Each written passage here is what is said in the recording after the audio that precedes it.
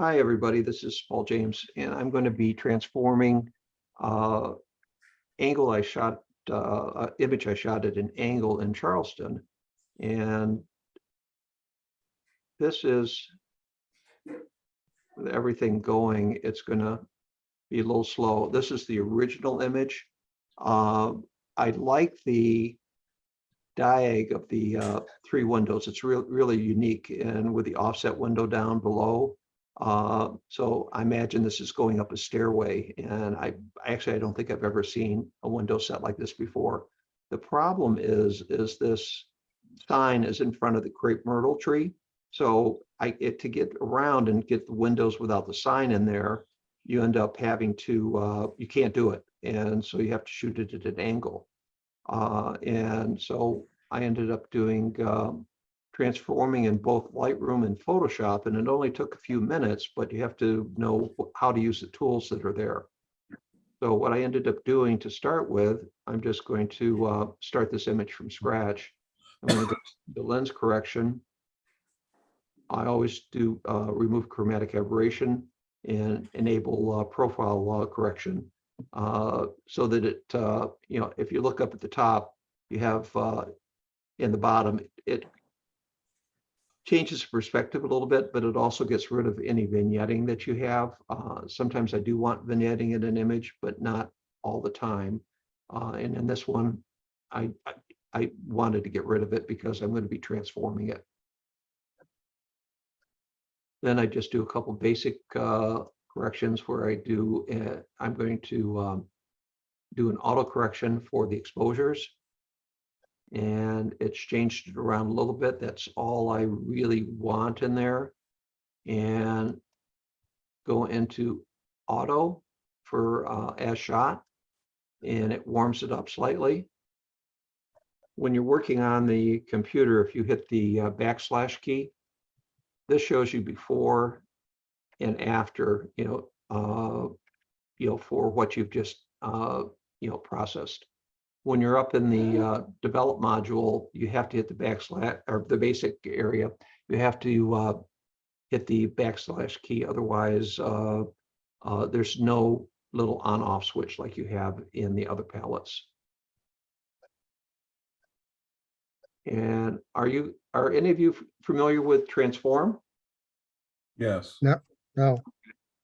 What transform does is it will correct perspective for an image. You can do auto, which is fairly nice just to start with. And if you're trying to level it, you would use that one. Vertical, it does the vertical lines here so that it's making it pretty straight on, as far as this angle, top to bottom. The level does it from left to right, so your horizontal angles are perfect. What I'm going to do is use, in this particular image, since it's so distorted, it's just going to full. And what full does is it does both the vertical and the level. And so that, you're basically looking dead on into the image, which is really, nice in this particular case. You could do this over in Photoshop, by using the level or the vertical, but I'm letting Lightroom take care of this section for me. And then what I would do at this point is then send it over to edit in Photoshop, and a little window should pop up in a second, and it's going to ask me if well, it didn't ask me. Usually a little window asked me if oh, you know what it did? It sent the original over because I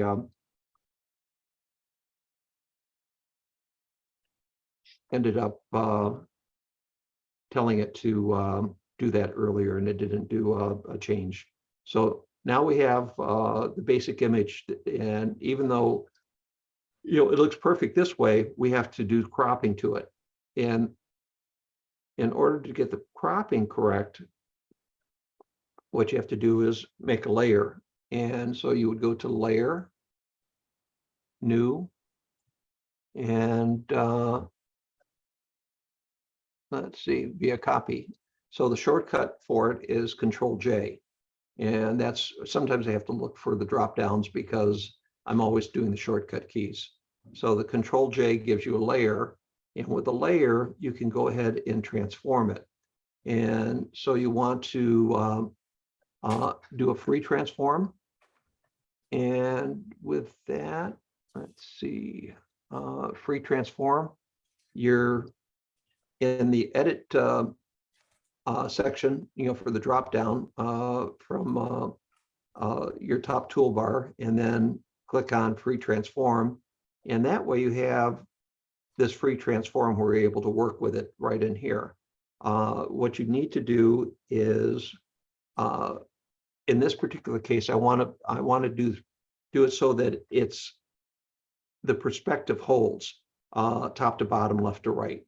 And to do that, what you have to do is you have to hold down the shift key, and then you can pull it, and it's pulling everything out, to the right in proportion. And then you would go and do the same to the bottom. You're holding the shift key down,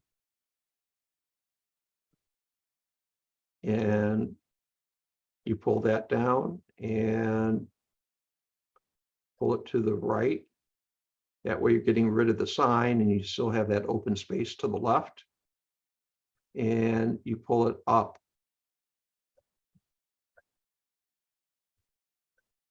And by doing that on all four sides, you could do, one side or, the bottom or the top, but then it gives it skews the perspective inside.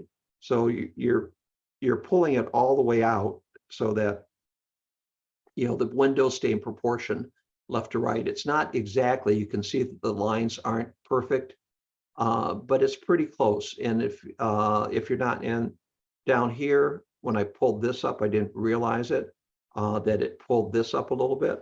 So again, I'm going to hold the shift key down and do that. And then this top and bottom is more even. And now the left and right is more even. The windows are a little bit narrower because I haven't pulled out as much, but to me, that doesn't make any difference. So maybe just a slight more on the right, holding the shift key down and move it out. And when you're in Photoshop doing this, afterwards, to get out of free transform, all you do is hit the enter key and it does the perspective change for you. Okay. Any questions at this point? Anybody? Okay. What's the difference between transform and free transform? I don't know. I think they're the same, but I don't know. I've just always used free transform, David. And let me take a look and see if it does anything different. And let's see, transform. So you have different things in there with transform. That's what you did in Lightroom. You can rotate them. You can go into warp, and you can do. I haven't used these. Okay. I won't go into it because I don't know how to explain it. But with warp, I will use that sometimes. But I'm not gonna. But the way I usually use it, I'm going to hit the go into full screen and take a look at the detail here a little bit. And say I wanted to. Say I wanted to pull an angle down. What you would do inside of, you want to go ahead and go Control T again. You go into free transform, and I would right click on it. And by doing right clip, I would go into warp. And right here, this isn't quite even. So I would take this point here and pull it down. And what it's doing, it's isolating the different sections. Can you see the blue lines? Yes. Okay. Yes. the blue lines are the different sections now. And these little tags here will allow you to pull these different sections. You can also go inside, click and hold, and then move this up a little bit No kidding. and move it around.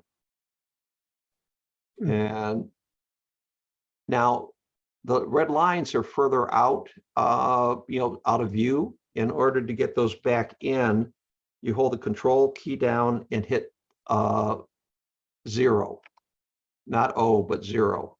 And then everything's inside the screen again, so you can work with different things.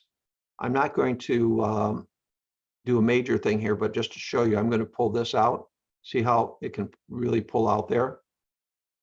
So you have a lot more control in warp than you do in regular transform. Okay? Yeah.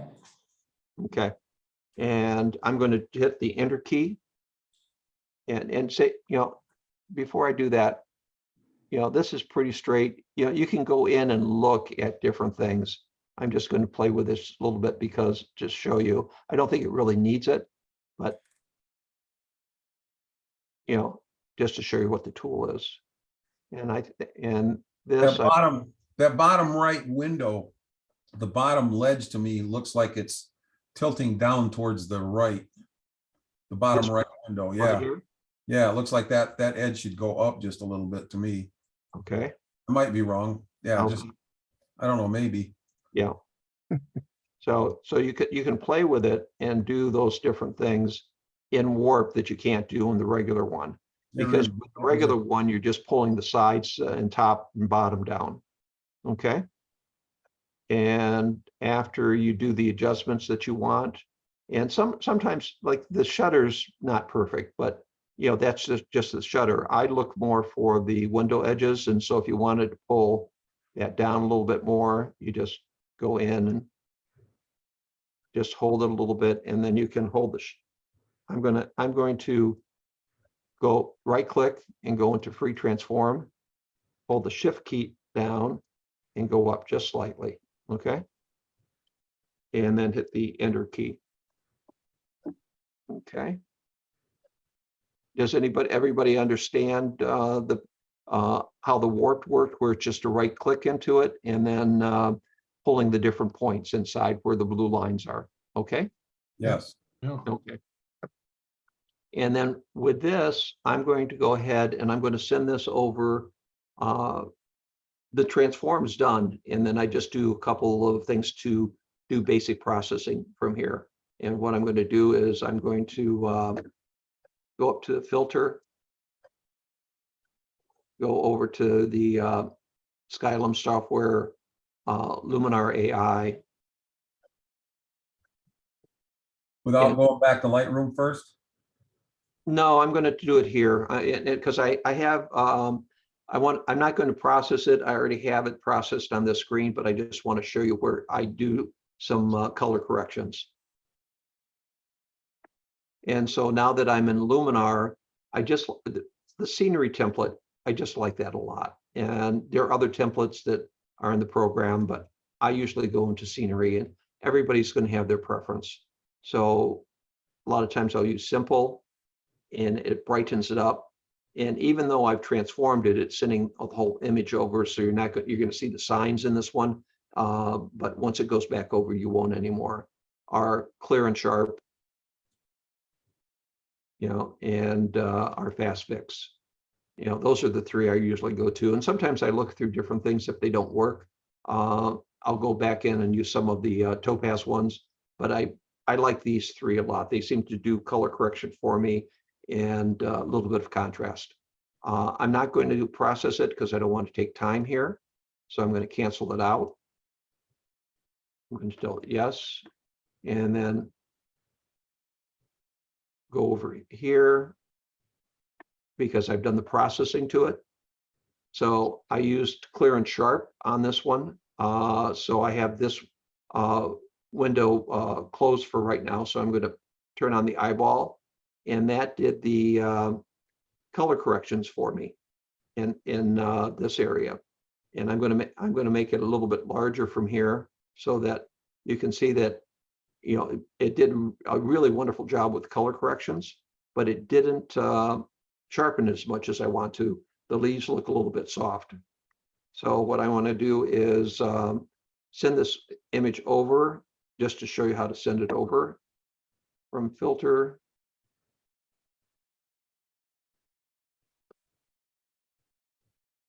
No, it's not. There we go. If you have several layers, even though I had it showing, the layer that was actually selected was the Sharpen AI, which is on top here. And I tried to send it over to the Topaz, but it wouldn't go over because it wasn't selected. That's happened to me on occasion where I'm not paying attention, and you have to make sure you have the layer that you want selected. And if you have several layers selected, and you could send the wrong one over. So I'm going to go ahead and do the drop-down menu to Topaz Labs.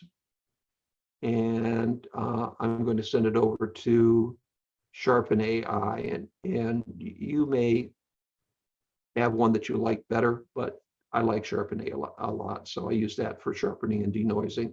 And with the Sharpen AI, it does a little bit of denoising. I haven't bought the new program yet. I'm going to take a look at it. But if you look over here, you have suppress noise and remove blur. And most of the time I use autofocus very blurry because it does a really nice job for me. You know, I've tried all the other ones, and sometimes I'll use one of the other ones, but autofocus very blurry is my go-to. And it takes a lot of RAM to process this. And so, you know, I'll wait for it to process, but I'm not going to close it out with the saving the saved images in it because I just don't want to take that much time. Okay. Is everybody using, what sharpening programs are you guys using? I'm using the same. Okay. Yeah, Okay. I've started using, and I think Paul, or I think Bill has too, Photo AI. yes, I have. Okay. Is that the new one by Topaz? What it is, it's a combination of sharpen, denoise, and gigapixel. Okay. If you own all three of those already, then Photo AI is free for you. You can download it, at least the current version. If you want to update later, I think they only let you do that for a year, and then you have to pay for an update. Okay. Either stick with it, or just like before, you can pay for another update. But the cool thing about it is, and I've mentioned this to several people, is that there is a way to get from Lightroom directly into Photo AI, and have the photo be taken over and back both ways as a raw file. So you get it back to Lightroom as a raw rather than a TIFF. Okay. Thank you. Thank you, Ted. I didn't realize that it was free if you had the other three programs. Got the other three, it's free. Okay. Now, if you look at, you have this slider bar on the left, it is unsharpened. On the right, it's where it's been sharpened. I don't know if on Zoom on my screen, can you see the difference in the sharpening as I go across? Yes. Yeah. And like I said, this is, to me, you know, it looks natural. It's gotten rid of a little bit of noise that's, you know, on the left-hand side, and it sharpened it up. And if you wanted to, you could, you know, change the amounts if you thought it was too strong. But, you know, I just use opacity slider in Photoshop to do that. So I don't change it in here. I just, if it's too much, I can take it down a little bit after I bring it back over into Photoshop, and I'll show you how to do that in a minute. We're going to cancel, and I'm going to close without saving because I've already saved it. And so this is, I'm going to take it to 100%, which is where it's at. And then I'm going to turn on the layer that's been sharpened. Okay. So, I mean, to me, that's nice natural sharpening. Even in the windows, the reflection looks nice and natural. And up here, you have an opacity slider. I'm going to select Sharpen AI. because if I use the opacity slider and clear and sharp was selected, that layer, then I would not be able to, you wouldn't see any change, and I'd be changing the underneath layer. So if I change, I click and hold down here, I can just slide, a slider appears and you can slide it over, and I'm down to 50%, 55%. And that's before and that's after. And that could be sharp enough. You may want a little sharper. Everybody's going to do it to their own taste. So, when you do a lot, when you think it's too much, don't worry about it, because this opacity slider will take care of it for you. Okay. Has anybody used that before for different, because you can use it for all sorts of layers. Have you used it at all? No. No, No. So, and another time, we'll work on blend modes, but right here, there's a bunch of blend modes you can use for different things. Say what that is again? This drop-down menu, you can see where it says normal right here, Right. but underneath it has blend modes, and Blend modes. Okay, I couldn't understand the first word. yeah, Yeah. blend. And so you have darken, multiply makes it darker, color burn, screen is makes it lighter. And a lot of times what I'll do is I'll go in here and type in 10% or 20%. And if I want to make it darker, I use multiply. If I want to make it lighter, I use screen. Okay. Yeah, I've used those in another program. Does Lightroom have that, or is it Topaz? I don't know. I've always used it in Photoshop for the last 20 years. So I haven't used it in another program. There's some other program. I think it could be Studio 2 that has that. I'm trying to remember. It could. There's so many overlaps between the different companies, and I don't use Studio 2, so it's just one more thing for me to spend a lot of time doing, where I could do the same thing in the programs that I already have. And so I'm trying to minimalize these days. And I'm going to go ahead and go back into Lightroom. I'm going to open that up. And the other image I selected to work on today is, here we are. This is the original image. It doesn't have any adjustments done to it all. If you want to, you can right click on it and let's see, create a virtual copy.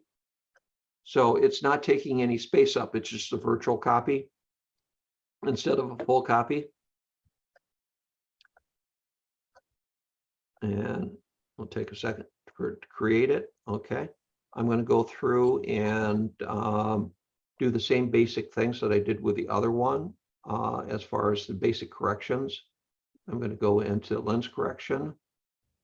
And on this one, I am not going to do the lens correction, because down at the bottom, you can see that it, if you watch it, when I unclick it, it brought it down some, and I don't want to lose any of the image.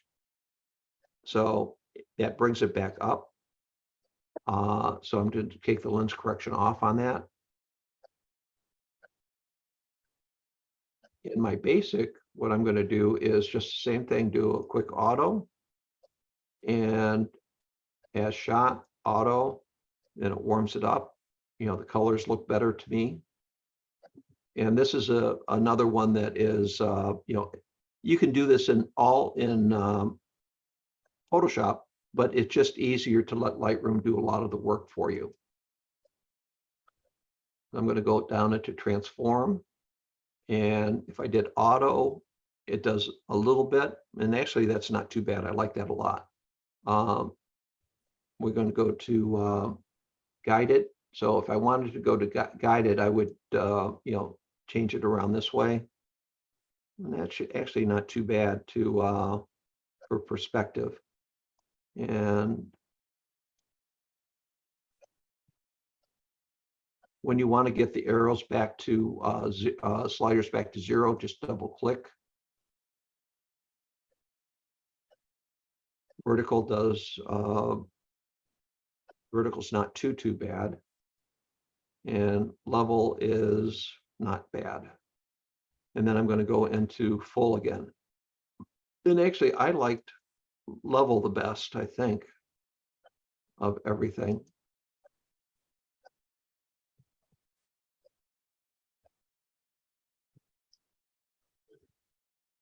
I'm going to go ahead and just leave it because there's more work that can be done in full, just to show you what can be done real quickly. We're going to right click, edit in Photoshop.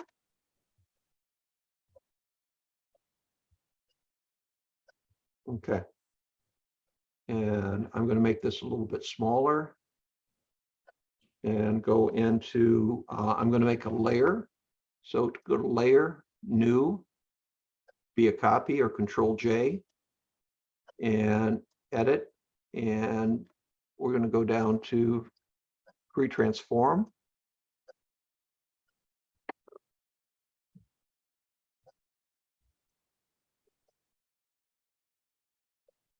And I'm going to move guys out of the way and hold your shift key down and move it to the right.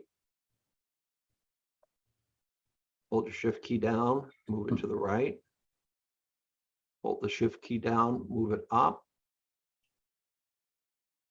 And hold the shift key down, move it down.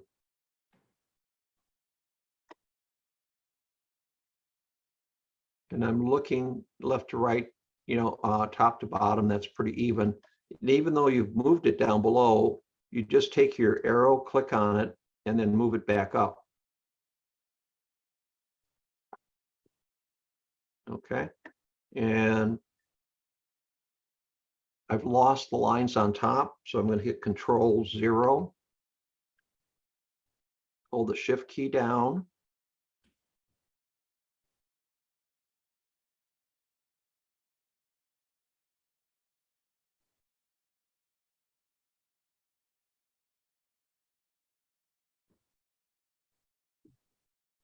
And we need, it looks fat, too fat here, so bring it down and then move it back up. Control 0 to bring it back down again. And then we still need to get rid of this light on the right-hand side. So shift, and before I do that, I'm going to see if I can move it over this way. Okay, so you can move it around inside without changing the perspective. It's the outside lines that change the perspective. So I can move this all around if I want to, just clicking and holding on it. Okay. Okay. From here, what do you think? Any changes that should be made? Color. Taller? I That would- think the Okay. wisteria should be brighter. It looks a little bit tilted if out of perspective somehow, so that no. Take it back to where you had it. Okay. If you look at the top rim Mm-hmm. and look on the left side and look at the right side, the left side is fatter. And if you look at the bottom where the door is, the line at the bottom of the door is fatter on the left than it is on the right, ever so slightly. So it's almost like it's the Right here? perspective is, yeah, that's wider on both the door and at the top, that line at the top. So it's almost like it's squashing perspective as it goes to the right, just a little bit. Okay. That makes sense? I'll play with that in a second. With the Zay, you said taller, right? Color. Oh, I thought wisteria needs more saturation to me. okay. I'll do that in the next step. Okay. Okay. Okay. And I thought you kept saying taller. Is it too tall? No. No? Okay. I'm going to hit the right click on this and go into warp. And I'm going to bring it back down a little bit to Control 0. And so this section here, Ted, is what you're saying has to go up?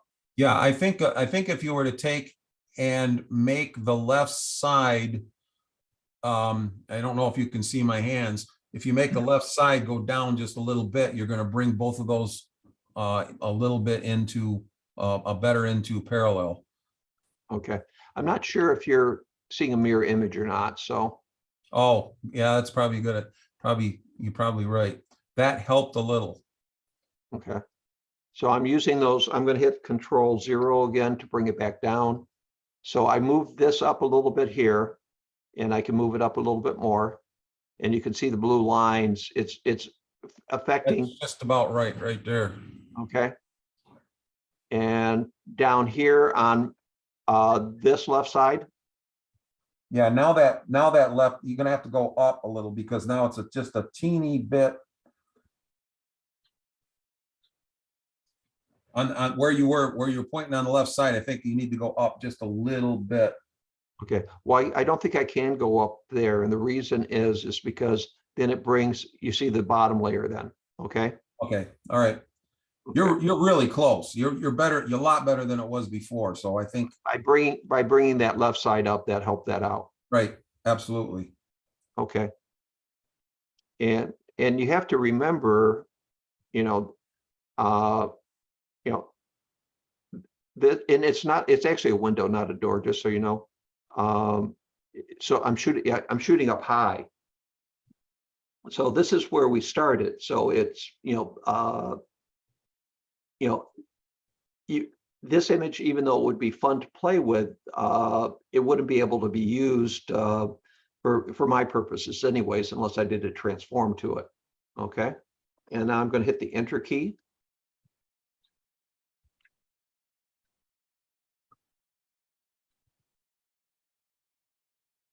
Okay. Now, what I ended up doing is I have over here, I played with a little bit. This is the sharpen one, and this is the I added color to it. So what I'm going to do, I have this top layer selected. I'm going to send it over to Luminar AI.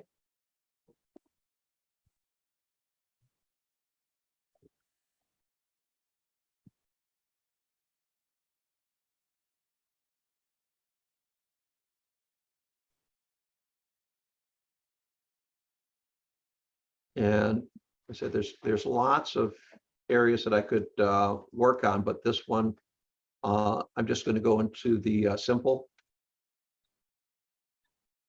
and add color to it. Our fast fix or clear and sharp.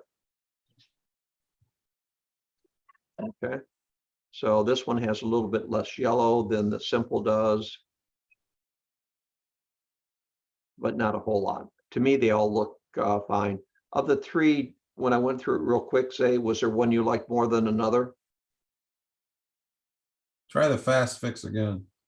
I didn't see that very good. Don't like that one. Okay. Too much yellow? Yeah. Okay. Too much That's brown. sharp. Okay. And that one is simple. Of those two, which one would you prefer, Zay? So this is simple. This is simple.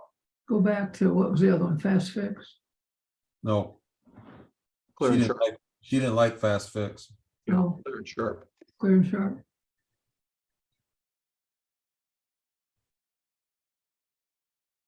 I don't know. I guess I like simple, but I don't care. Either one's fine. Okay. There's a But- weed, there's a weed there I want to pull. But That has to do with cloning and healing. I'm not working on that today, Zay.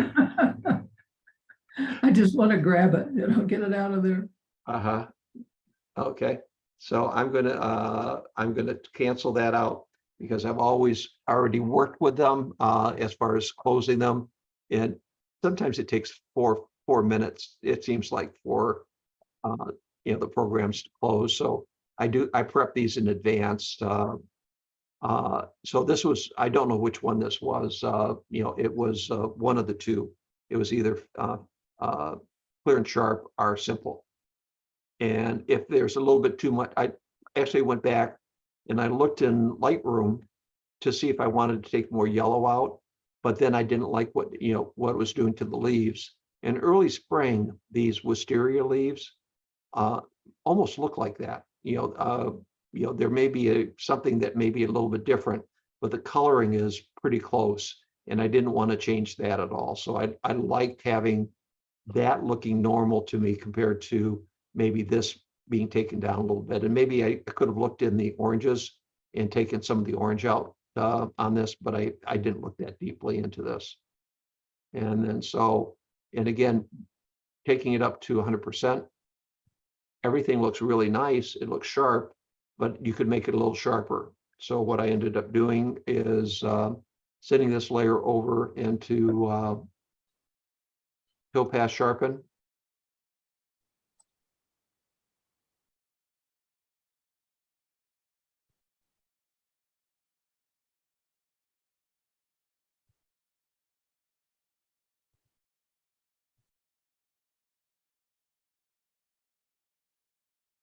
When people go into the sharpening, which is Ted, you've been using it quite a bit. Which is your favorite? It depends. Most of the time, I find standard does a good enough job. Okay. And then if it doesn't, then a lot of times I'll experiment more with, if I think there's a lot of noise, I'll use one of the noisy ones. And if I think that I know that there's blur from wind or something, I'll use one of the blurry ones. Okay. Now, does yours take as long to set up as mine does right now? Waiting time? No, it's about the same, but I think you're going to find that the time in Photo AI where it does these jobs is a lot less. Mm-hmm. Okay. Well, Just so everybody's sure, Photo AI combines all three of those, and it does initially what of each of what it thinks needs to be done. mm-hmm. If it thinks noise first, then it does noise. If it thinks noise and sharpen, then it does both of them. But you can then change any of those settings and even change it to a larger file if you want, right in the one program. Then send it right back to Lightroom as a raw file again. Okay. Wow. And right up here, I'm not going to do it, but you have a comparison thing. So you can have 4 different windows open at the same time comparing. Does the new program have that also? Say that again. Something I don't remember because I've only used it a few times. Okay. And I've been satisfied with what it did, and I didn't even compare. Okay. Well, anyways, that icon will do a comparison. But because I've done it so many times, like I said, often I will just think, I'm looking at it now, you can see the, that little seed pod where it is, it's fine in that, it's just a little bit soft, but it makes it so sharp. And then if for me, I've just selected, out of focus, very blurry, knowing that I can take down the opacity when I want to after I've closed it out. So that's the reason I do that. And I'm going to cancel this because I'm not going to, before I do that, did everybody see the difference in the seed pod there? Yes. Okay. Hey, Paul, I got a question. I'm surprised you're using out of focus very blurry as a setting because I'm sure you're working from a tripod. I'm just surprised that you get that much adjustment with it. Any thoughts? It just seems to do the best for me. If I've looked at all of them, Jeff, but like over here, if you look at the wisteria from one side to the other, that wisteria looks nice and natural and sharp. Yeah. It doesn't look over sharp. Even though a lot of times I'll take it down with the opacity slider to 50 or 75% in that range, just to make sure I don't over sharpen it. And it still has this, a really good sharpening to it. So when I do the other ones, it doesn't do what I want. And Yeah. if you're looking at these programs, you have to decide, you have to look through each one. And, as we just saw, it takes, 3, 4, minutes for it to do its processing. So I'm not, after I've done it 3 or 4 times with each of them, I'm not going to go in and try each one. I'm going to use the one that is my, standard that I use that, and then make adjustments in opacity back in Photoshop. Mhm. And if it was a lot faster, I may play with it more, but I do it to save time. I spend so much time on the computer as it is that it's impossible to spend any more time trying to process an image. Otherwise, I wouldn't get any work done. Paul, you probably seen this, experienced the same thing, but I have images that I think are just as sharp as they can be because I was on a tripod. I know I had my focus right. I know I had plenty of depth of field, and I get it back and I put it into Sharpen or Photo AI, and I can't believe the difference. Well, that's what, it's a raw image. It's not a JPEG. Right. If you look in the camera menu and you're shooting JPEG, it has setups where it does automatic sharpening. And this, it also does, it brings out some highlights and some other things. You have presets for that, but raw is raw, which means that it's not doing any camera sharpening. You have to do that after the fact. But you have the ability to do that more with a raw image than you do a JPEG image. So this, this works out, I said, for me, this program works out, and that's why they have these programs for raw images, because it's not doing it in the camera. So I'm going to cancel this out. I'm going to tell it to close without saving. And I have this image up at 100%. And let's look at the wisteria buds. Let's look at this section here, okay? And I'm going to turn on the sharpening that I just did. Do you guys see the difference there? Yes. Okay, so that's before sharpening, and that's after sharpening. And then over here, I'm going to go to the top layer where the sharpening actually is and activate it. Even though I turned the eyeball on and off, but I didn't activate that layer. So now opacity is not grayed out. We're at 100%. You can go in and type here if you wanted to. I could type 50 for 50%. And look at this area again. It's a little bit softer, but that's before and after. Or you can bring your mouse up and you have a cursor that comes up and you can bring it up to 71. And 71 is probably about where I want my sharpening. And so I'm doing fine tuning, that I think you can do it over in the Sharpen AI. I think there's a drop-down menu for opacity, but I just close it out at 100% so I can make my fine tuning and I can change it. And I've often found with an image, what I end up doing is that 2 weeks later, I look at it and I want to change it. And if I have it in layers like I do here, I can change it. Otherwise I have to go back and do all the processing again and take another 20 minutes running it through the programs. Okay. And that's basically it. This portion of it is in the transform, of course, but with the transform section that we were working on, do you guys have any questions on what I did? No, I'll figure it out after I watch the video again. Okay, sounds good. Well, Yeah, I'm amazed how much transformation you could get doing this. It far exceeds what I expected. well, Yeah, good, me too. good. Yeah. And I don't know if I have it. I have these selected here. I'm going to turn off my filters here, my flags, and let's see. No, I'm going to, let's see, filters off.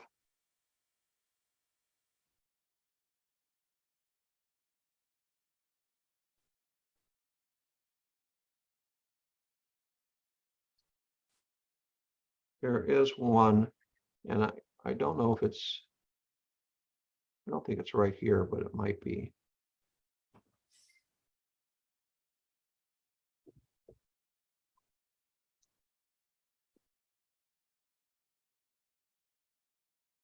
I don't have the original,